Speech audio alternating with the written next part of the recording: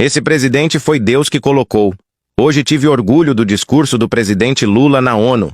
Lula emudeceu todos na ONU e deu para ver a cara de choro de muitos governantes.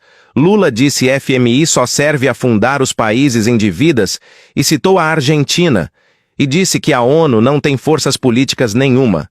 Serviu para criar o Estado de Israel, mas não tem forças para criar o Estado palestino e não força para resolver a miséria do mundo. O país rico fica mais rico e o país pobre mais pobre. Não vim aqui para falar somente da Amazônia. Eu vim aqui para falar que, junto com a questão climática, presidente Macron, nós temos que colocar a questão da desigualdade mundial. Não é possível que numa reunião entre presidentes de países importantes a palavra desigualdade não apareça. A desigualdade salarial, a desigualdade de raça, a desigualdade de gênero, a desigualdade na educação, a desigualdade na saúde. Ou seja, nós somos um mundo cada vez mais desigual e cada vez mais a riqueza está concentrada na mão de menos gente e a pobreza concentrada na mão de mais gente. Se nós não discutirmos essa questão da desigualdade, e se a gente não colocar isso com tanta prioridade quanto a questão climática, ou seja, a gente pode ter um clima muito bom e o povo continuar morrendo de fome em vários países do mundo. Não é só na África não, é na América Latina e no Brasil. Quando eu fui presidente da República do Brasil de 2003 a 2010 e a presidenta Dilma de 2010 a 2016, a ONU reconheceu que o Brasil tinha saído do mapa da fome. Naquela época a gente tinha feito com que 36 milhões de pessoas saíssem da miséria absoluta e 40 milhões de pessoas atendessem a um poder de compra de classe média. 13 anos depois eu volto à presidência da República do Brasil e outra vez 33 milhões de pessoas estão passando fome.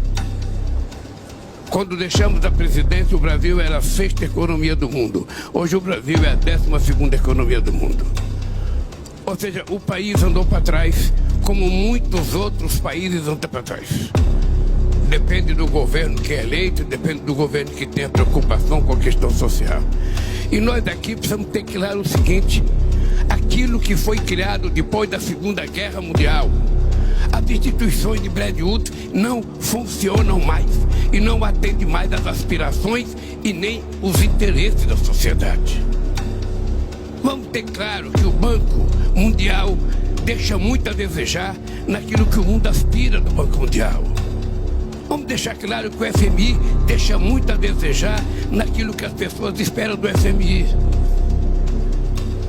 E muitas vezes os bancos emprestam dinheiro e esse dinheiro emprestado é o resultado da falência do Estado. É o que estamos vendo na Argentina hoje.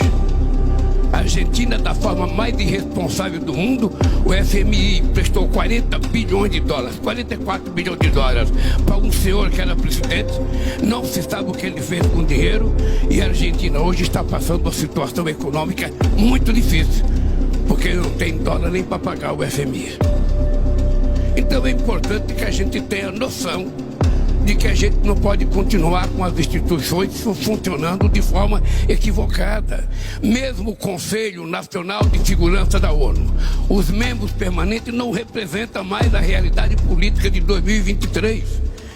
Se representava em 1945, em 2023 é preciso mudar. A ONU precisa voltar a ter representatividade, a ter força política. A ONU foi capaz de criar o Estado de Israel em 48 e não é capaz de resolver o problema da ocupação do Estado palestino. Então, se nós não mudarmos essas instituições, a questão climática vira uma brincadeira. E por que vira uma brincadeira? Quem é que vai cumprir as decisões emanadas dos fóruns que nós fazemos? É o Estado Nacional?